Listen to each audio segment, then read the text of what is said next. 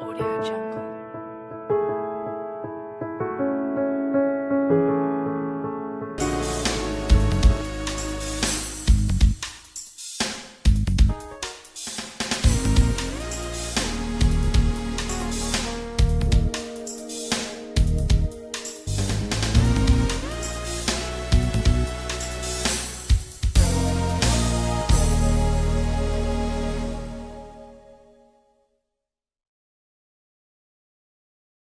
Bonjour la grande famille, que Dieu vous bénisse.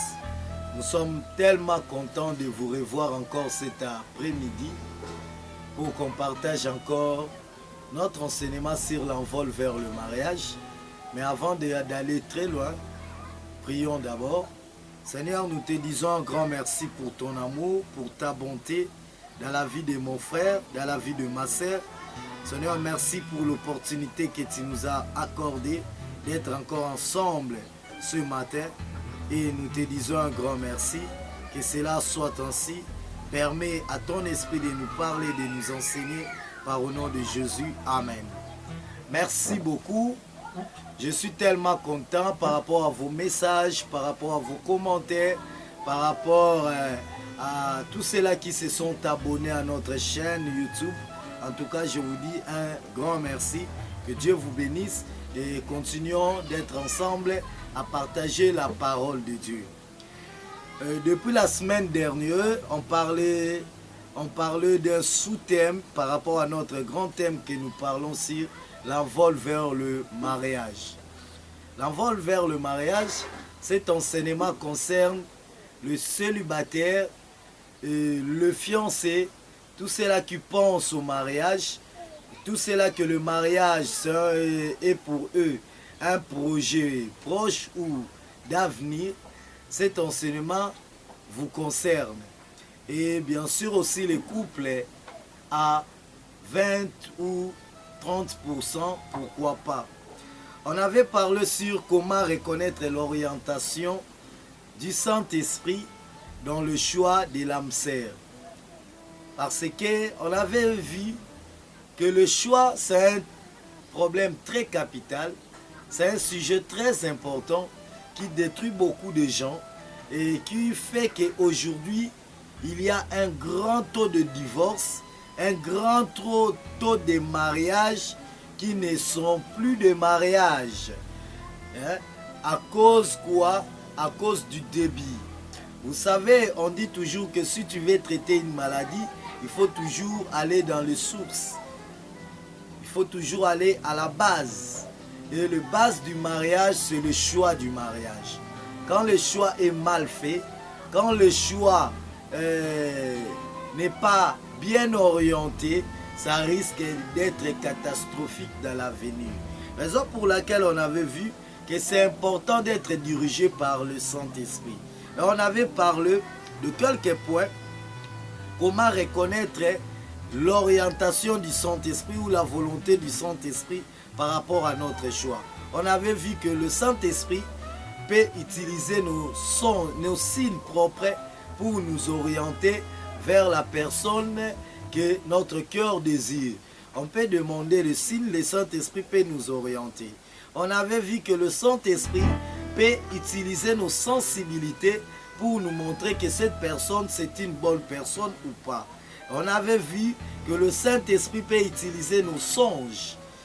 C'est parmi aussi la voie que le Saint-Esprit prend empreinte pour nous montrer que cette personne, c'est vraiment la personne que Dieu nous a désignée. Et on avait vu encore que le Saint-Esprit peut utiliser nos visions et le Saint-Esprit peut utiliser le chemin de la prophétie. Je ne saurais pas reprendre tout ça. Si vous avez raté cet enseignement, je vous suggérerais de passer dans notre chaîne Pasteur Agent Kama TV, dans notre chaîne YouTube, et vous verrez tous ces enseignements à l'intérieur de notre chaîne et vous pouvez suivre et partager. Aujourd'hui, on va parler encore de deux points ou deux voies que le Saint-Esprit utilise pour nous orienter vers la personne qui sera meilleure pour nous, vers la personne que notre cœur va réjouir avec la personne en question. Deux voies encore. Les deux voies, c'est quoi? Le Saint-Esprit utilise aussi les concours de circonstances. Les concours de circonstances, c'est quoi? Les concours de circonstances, c'est tout ce qui est tout autour de nous pour nous permettre à vivre. Et le Saint-Esprit utilise cela. Notre environnement, le lieu que nous nous retrouvons, le Saint-Esprit peut utiliser ça pour nous orienter, pour nous montrer que cette personne ici, c'est une bonne personne ou pas. Nous sommes dans le livre de Romains, chapitre 8, versets 28 à 29. Écoutez, ma sœur, ce que la Bible dit, mon frère. La Bible dit ceci: nous savons du reste que toute chose concourt au bien de ceux qui aiment Dieu, de ceux qui sont appelés selon son dessein, car ceux qu'il a connus d'avance, il les a aussi prédestinés à être semblables à l'image de son Fils, afin que son Fils fût le premier-né entre plusieurs frères. Vous voyez, la Bible nous dit, nous savons que toute chose concourt au bien de ceux qui aiment Dieu. Mon frère, ma soeur, toi qui es dans le chemin de l'engagement vers le mariage, toi qui veux t'engager envers une personne pour le chemin du mariage, je peux te conseiller à être tout simplement attentif aux circonstances de la vie ou au concours de la vie. Toute chose concourt au bien de ceux qui aiment Dieu. Cela veut dire quoi? Les événements quotidiens, Dieu peut l'utiliser pour vous faire rencontrer avec la personne dont il avait prédestiné pour vous. Notamment à travers la route de l'école. Je connais. Moi, j'ai trouvé ma femme en cours de route. J'allais à l'université. Elle aussi allait à l'université. On s'est rencontrés dans un même taxi. Vous voyez? Donc ça, c'est ce qu'on appelle le concours de la vie, les circonstances de la vie. Dieu peut aussi créer de telles circonstances. Tu peux aller à l'école, à travers l'université, tu peux rencontrer la personne que Dieu avait destinée pour toi. J'en connais beaucoup qui ont rencontré leur âme sœur, leur femme, leur mari à l'école, à l'université, auprès d'un ami. Tu as ton ami, tu pars pour le rendre visite. En arrivant là-bas, il te parle de son ami, ou son ami aussi est venu le rendre visite. Vous vous rencontrez là, et tout peut commencer par là. Là, on appelle ça les circonstances de la vie. Donc, le Saint-Esprit peut disposer de telles circonstances pour vous faire rencontrer la bonne personne. Donc, c'est possible. Il faut seulement prendre le temps de prier, et tu verras que le Saint-Esprit peut t'orienter dans de tels chemins aussi. Ouais. Il y a dans les circonstances de la vie, il y a même l'invitation à une église. Je connais des frères et des sœurs qui ont rencontré leur âme sœur dans l'église. Mais pour que lui il vienne à l'église, il y avait quelqu'un d'autre, un frère et une sœur qu'il avait invité dans l'activité. Et en venant dans cette activité, il a rencontré la bonne personne. Donc vous voyez, prenez le temps, mon frère, ma soeur, de prier. Les circonstances de la vie, c'est parmi les objets que Dieu utilise pour nous bénir, pour nous faire rencontrer la personne qu'il avait destinée pour nous. Au travers les réseaux sociaux, ça peut aussi être possible. Quelqu'un m'avait demandé, est-ce que c'est possible que je puisse rencontrer quelqu'un à travers les réseaux sociaux? Oui, c'est possible, mon frère. C'est possible, ma sœur. Tu peux rencontrer la bonne personne à travers les réseaux sociaux. Mais il faut seulement prendre le temps de prier, que ça soit vraiment une rencontre que le Saint-Esprit seul a organisée. Donc, prenez le temps de prier pour ça. À part les circonstances de la vie, le Saint-Esprit peut utiliser une autre voie que nous appelons le conseil des aînés. Le conseil des aînés peut être un autre chemin que le Saint-Esprit peut utiliser pour t'orienter, mon frère, pour t'orienter, ma sœur, à trouver la bonne personne que tu peux t'engager avec lui. Proverbe 19, verset 20 dit ceci. Écoutez les conseils et reçois l'instruction, afin que tu sois sage dans la suite de ta vie. Écoutez les conseils et reçois ou retiens l'instruction. Mon frère et ma soeur, Dieu peut utiliser les aînés pour t'orienter à une bonne personne. En parlant des aînés, je voudrais d'abord te dire, mon frère, ma soeur, que tu dois savoir que les aînés ont une expérience que toi tu manques. Et que le Saint-Esprit peut utiliser leur expérience pour t'orienter à une bonne personne. Et les aînés aussi, en ce qui concerne les aînés, vous devez savoir, on a deux types de aînés dans ce que je dis. Les aînés par rapport à l'âge et les aînés par rapport au domaine du mariage. Tu peux avoir quelqu'un, vous avez le même âge, mais sur le plan de l'expérience du mariage, peut-être qu'il est ton aîné. Il faut bien l'accepter, même si vous avez même l'âge. Il y a l'aîné par rapport à l'âge aussi. Mais il faut aussi mettre quelque chose comme parenthèse. Il faut bien ouvrir la parenthèse. En ce qui concerne les aînés, il faut bien prier. Parce qu'il y a des aînés que leurs conseils sont comme des lames qui peuvent tuer l'autre personne. Je connais des aînés qui peuvent te dire que non, mon frère, ma soeur, tu connais que les hommes sont des lits de l'hôpital. Là, c'est un aîné qui peut te donner tel conseil.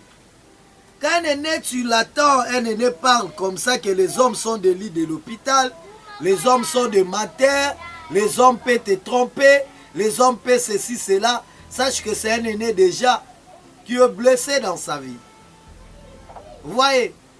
Donc, j'aimerais te dire que Dieu peut utiliser les aînés, mais il faut bien prier pour que Dieu vous oriente à des aînés ou à des conseils des aînés qui sera vraiment probable ou une bénédiction pour vous. Sinon, vous risquerez d'avoir les conseils des aînés qui vont vous détruire, qui vont vous éloigner auprès de votre objectif, qui vont détruire votre objectif. Parce qu'il y a des aînés eux-mêmes, ils sont déjà détruits. Alors ils cherchent aussi comment détruire d'autres personnes. Donc les aînés, il faut bien prier pour être orienté à de bonnes personnes. Et il faudra aussi retenir quelque chose. Les aînés ne peuvent pas vous imposer leur choix ou leur orientation. Souvent il arrive des fois, le jeune couple ou bien les jeunes gens qui veulent se marier approchent les aînés. Mais malheureusement, il y a des gens que les aînés imposent la décision, imposent les orientations. Là, vous devez faire vraiment attention. Et vous devez aussi savoir que les conseils des aînés n'est pas un évangile. C'est-à-dire que tout ce que l'aîné dit, c'est oui et amen. Non. Il y a toujours des choses à trier dans les conseils des aînés.